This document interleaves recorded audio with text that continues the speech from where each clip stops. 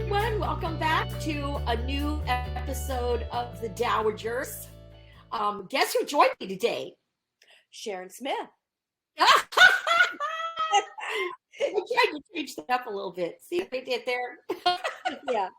We don't want to be too predictable. Sharon and I don't want to be too predictable and how we do things. So, Sharon and I just had a great weekend last weekend. She came down and spent some time here in Sarasota with me, and we actually went to a play together called the Cemetery Club.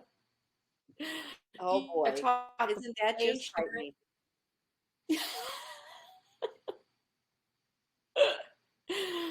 It is. We made quite the splash there, believe it or We not. did. We did. When we first got in there, we happened to say something to what he's like the manager of the playhouse or whatever. Mentioned to him that there was another widow that was with us, and we mentioned to him that we are our own cemetery club in the sense of we met online on a widow's page, and by the end of the show, I guess he had let almost the whole audience know, oh, there's three widows here, just like there's three widows in the play. There's three widows here, and told all the actors and actresses in the thing about us, and they all wanted to meet us and have their picture taken with us. It was like, I don't know if I want to be a celebrity for this or not. Right? It was like, oh, are you the three? Are you the three? Are you the three? Yeah, we are. We're not loving this, but yeah, we are. Well, unfortunately, we are the three. So It was interesting. There was laughs, there was tears, and but we learned some things as we were watching this about ourselves and about this journey that we're all on. yes, this journey called grief and loss in a great way. So the premise of the whole show was that there were three people. Now, according to the show, they were really good friends before all of this happened. And they all lost their husbands. I think it was within 4 years of each other. Mm-hmm.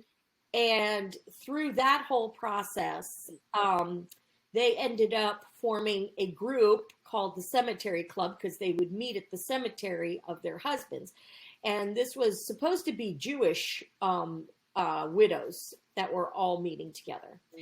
Mm-hmm. And so we were sitting there watching this, and it was the whole thing was supposed to unfold about how these three women, how their friendship was based off of their friendship before, but then it was based off of grief. But their personalities that came out in this. You want to share about the three different personalities, Sharon? Yeah. So the one, and I can't remember how long her husband had been gone, but she was, how do we say? She was more the. I don't like to use the word floozy, but that's the word I was thinking. Yeah.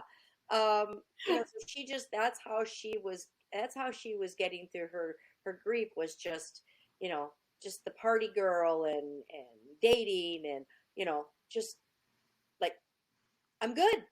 Yeah. I'm good. And then there was I want to move on. I want to have somebody else. I've got to go. And I don't just want one, I want a whole bunch of them. Right, exactly. But with her, you did at the end, then you discovered what was deep inside of her, and so it was completely different. And then there was there was the other widow that had lost her husband, and she was so distraught, so she couldn't move forward at all. It was like if she could have stayed at the cemetery and slept there, I think she would have, and didn't want anybody. It didn't allow herself to really have any fun. It was all that was her identity was that part of this grief. And then there was the third one, was she was kind of a balance. Yeah. I wouldn't say she was the floozy floozy one by no shape of the imagination, but she was the one that was most grounded, I think I would say. So she had her time when she was sad and grieving, but then she also allowed herself to venture out and have fun and have, joy, but keep it very, I don't know, I guess grounded is the best word that I could put for her. Yeah. You know, Yeah. yeah. And then afterwards, I kind of, as we were standing there talking to the actors and actresses about this, they kind of asked us which one we identified with. Yeah. And it was kind of funny because it wasn't that if we had to pick one, um, there was only one thing about the one that I identified with.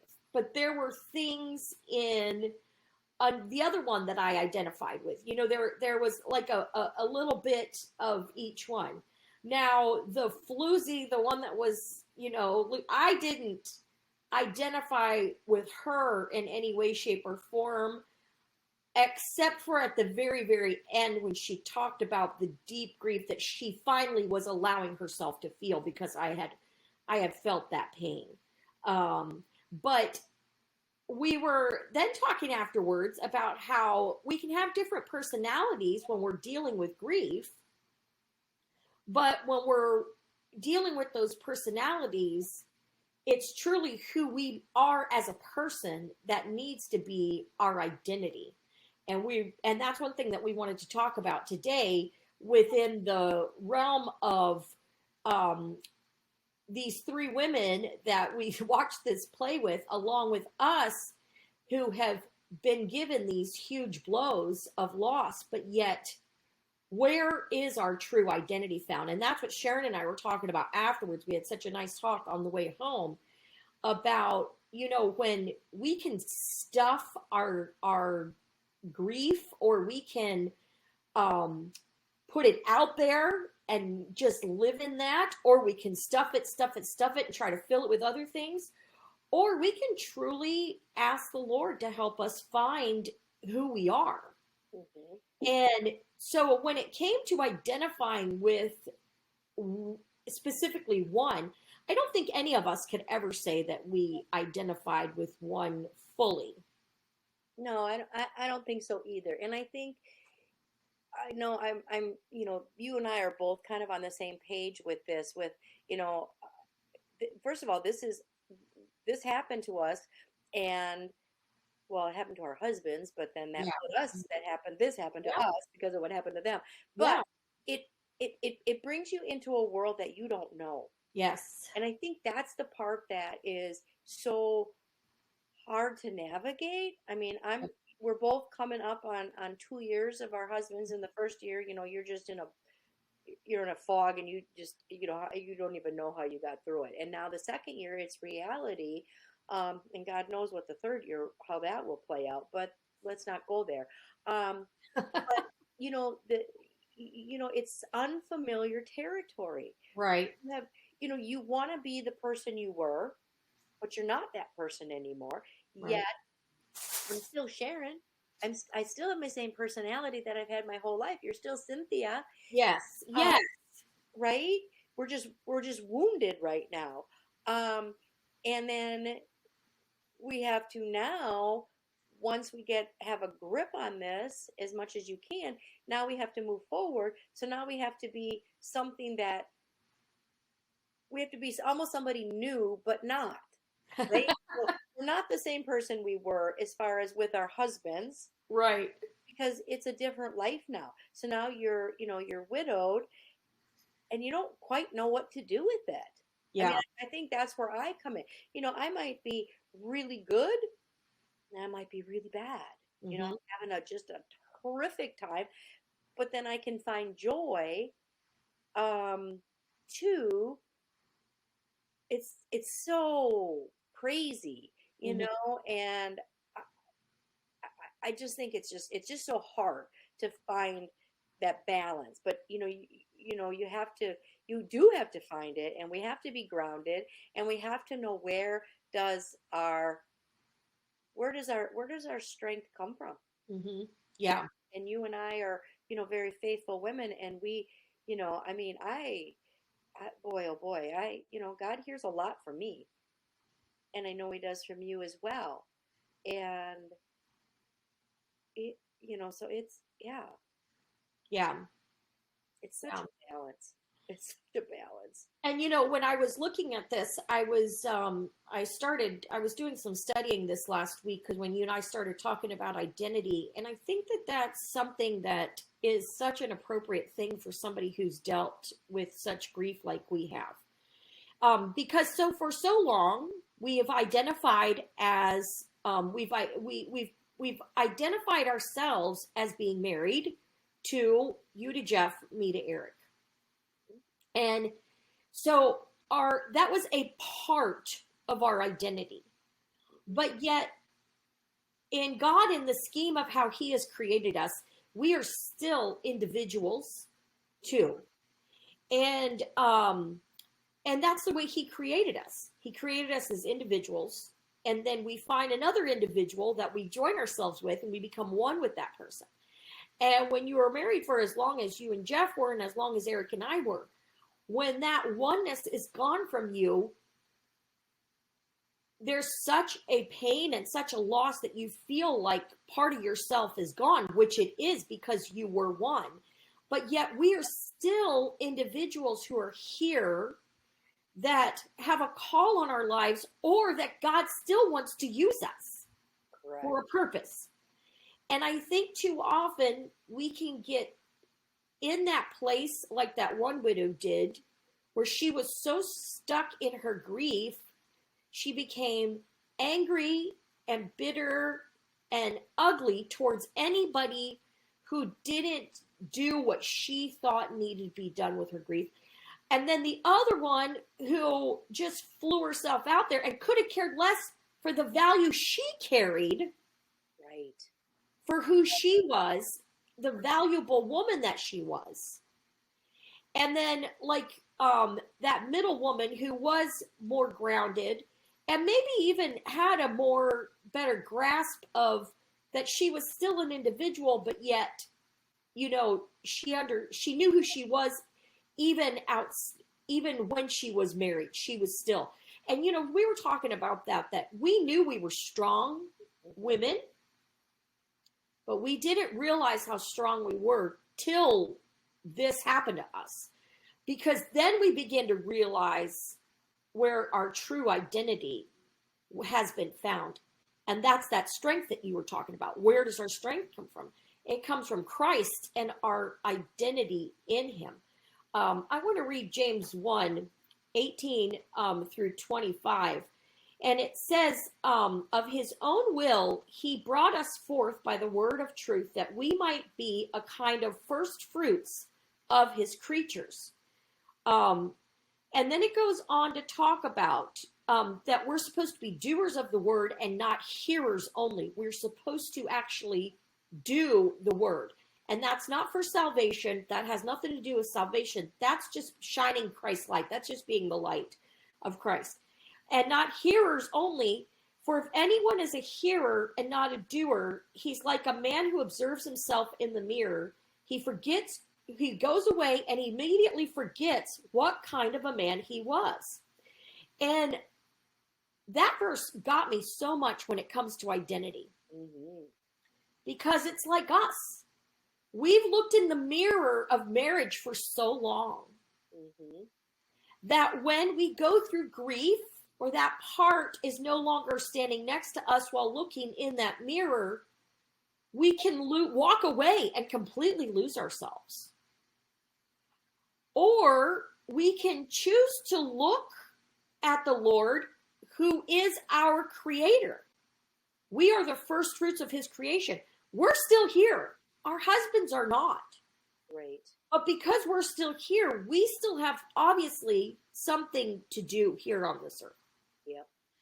Correct. So years ago, I ended up, and I recommend a lot of women do this for identity purposes.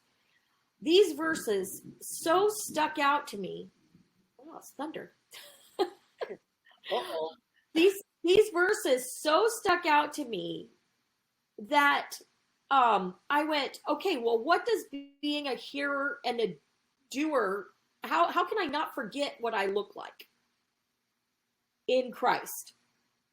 Because I think women, dowagers who are hearers only, are the ones who reach out and grab to other people and things, whether it's going to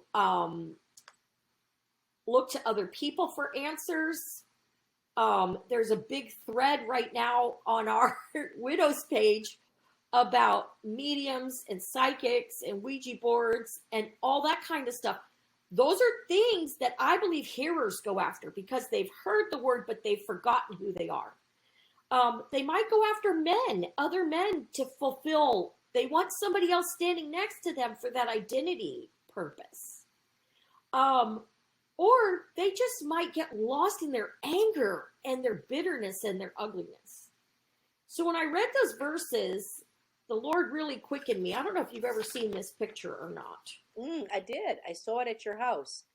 So I love this picture. This picture was actually painted by a 12-year-old girl that said she was taken to heaven, and this is what Jesus looked like. She came back 12 years old and painted this picture. So what I did, and you got to forgive this torn on top and stuff because I've literally had this picture forever. I printed it out on thin typing paper. And I hang it on my mirror in my room, right where my face would be. So when I look in my mirror, I'm reminded that this is where my identity is found. Okay. Not in what I look like on the outside, not in like how I feel on the inside all the time, but this right here is where my identity is truly found.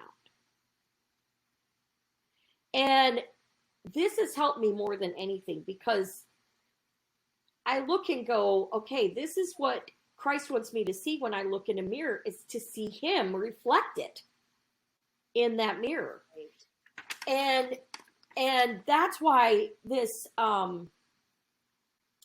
this verse in James, I want to not be a forgetful hearer. I want to be a doer of the word. I want to have his reflection in me, reflected back to me, so that when I walk away, I remember it's him that I'm wanting to reflect to other people when I'm out there, including in my grief.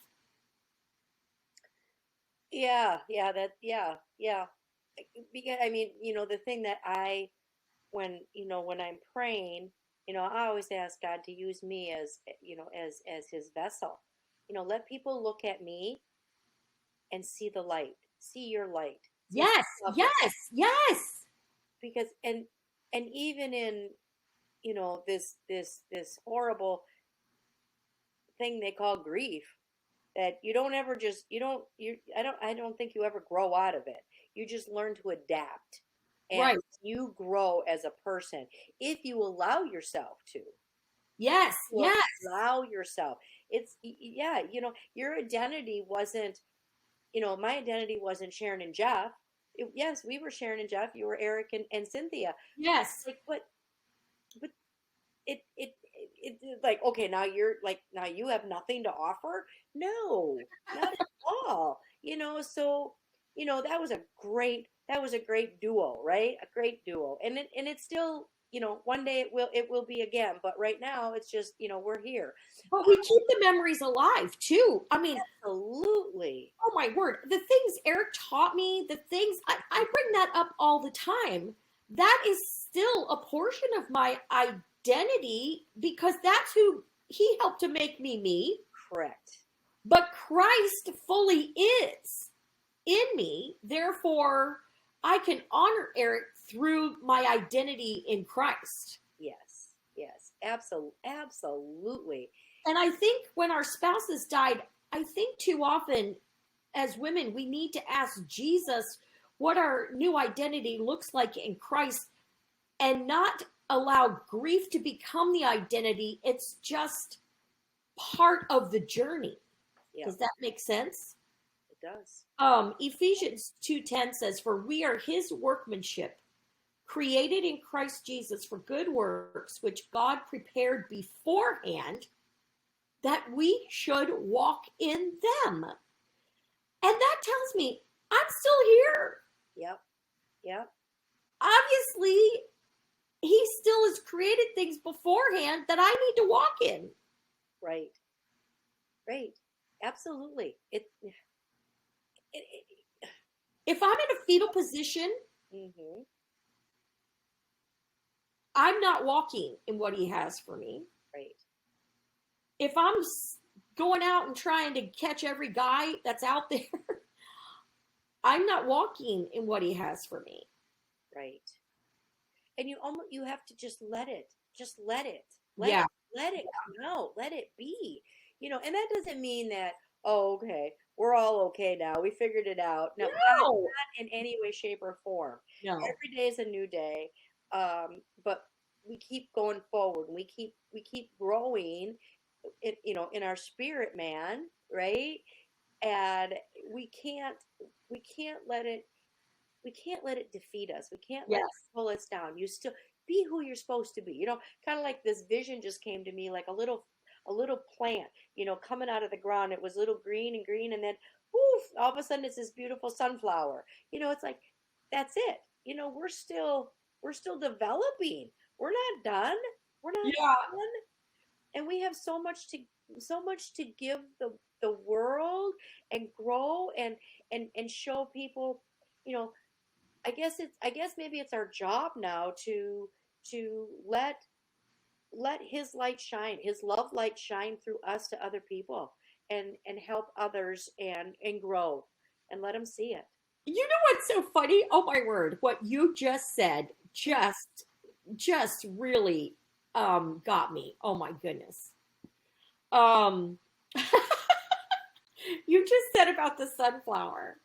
And now I'm going to be real and share a real story. Okay. So years ago, we had our first home that we owned. We had a little plot on the side of our house, and we planted sunflowers for the kids. And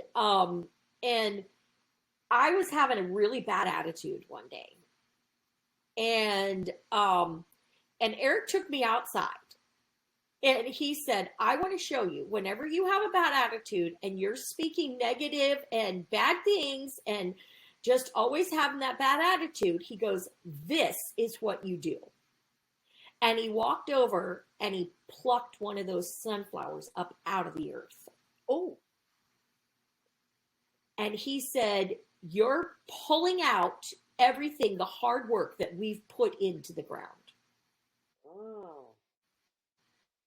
And I'm so broke that he ripped that sunflower out of the ground. And I said, "Don't do that. You put it back. The kids love those sunflowers." Of course, that I tried the whole guilt trip thing and everything. And lo and behold, he put that sunflower back in the ground, put dirt over it. And I thought, that thing is gone. The flower on top completely died. Yep. And I thought, and that's kind of what happens when we go through life. Sometimes our attitudes and stuff can rip things out now. Find out what God does when you begin to change your identity. But this was humbling for both of us, because Eric was teaching me a lesson of, you're ripping it out of the ground. We're working so hard at speaking God's word over our life, and you get negative because of bad situations that come. You rip it out, and that's it. That's what you're doing. He sticks that back in the ground. The flower dies. The plant begins to die. And all of a sudden, one morning, no lie, we get up and we went outside, and there were 10 new sunflowers coming off of that one branch. Oh, wow. 10. These were sunflowers that had grown with one flower on top. But when he ripped that out to teach me a lesson, But then he put it back in the ground and covered it up. He was convinced, you're ripping it up, it dies, it's done. There's no, and God said, no, I'm going to show you what I'll do. If you'll replant yourself in me, I'm going to turn it around and restore things back to you greater and larger than you ever thought possible. Wow. And we about fell over. He came walking in and he was crying. He said, I'm humbled because I was convinced we rip it out and never comes back. And God showed me he'll restore it back. See? So the fact that you even took that time to make that sunflower illustration there, it was such a great lesson because 10 flowers on one stalk. We had never seen that. And we had grown sunflowers for the kids. There were 10 of them that came off of that thing. Right. That was a good lesson. Woo! Such a great lesson. Yep. That's the thing that we need to remember in a read, that God can restore things back and he can still use you. Yes, absolutely. No matter the trauma that you feel has been ripped away from your life, replant yourself in him. Yes. Yes. Put a picture of him on your mirror. Yep. Find your identity in him.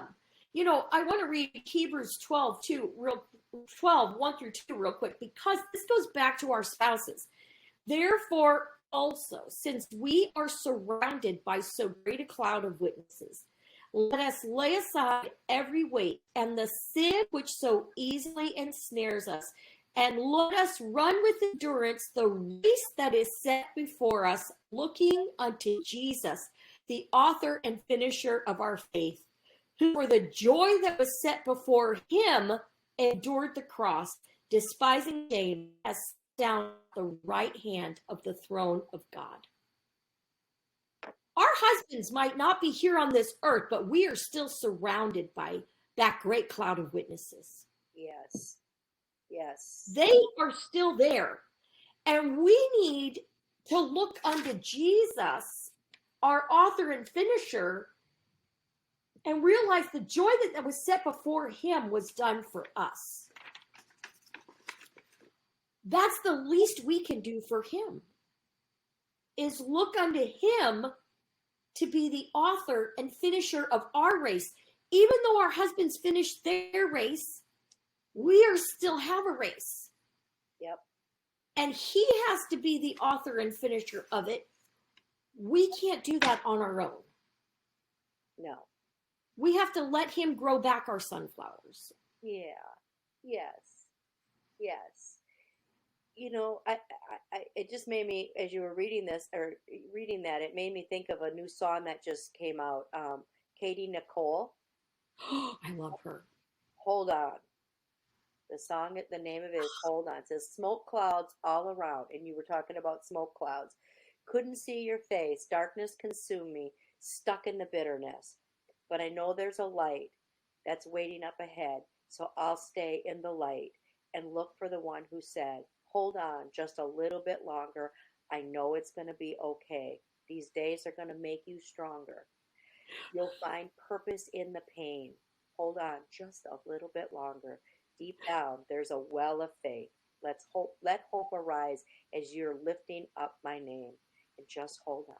Just hold on. Woo! Isn't that powerful? That is so powerful.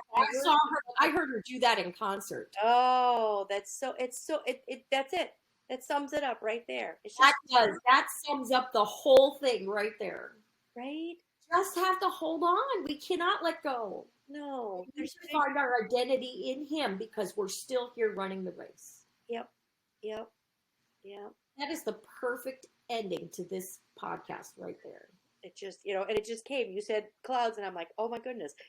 I said sunflower, it led you there. You said smoke clouds. I'm like, okay, I'm going here. So, yeah. So with that, everyone, we appreciate you joining us today. Again, we're the Dowagers, and you can, yes, and you can find us on YouTube, on all the podcast avenues that you use, and please share our podcast and like us, and drop us a comment. Let us know what you think. And if you have something that you want to talk about that you're struggling, reach out to us, because we're always here for an open ear. But for sure, subscribe, like, and share the Dowagers. And on Instagram too, and on Facebook. We're everywhere. We're everywhere. Us. So thank you so much. Thank you. We'll see you next time. See you next time. Bye-bye. Bye.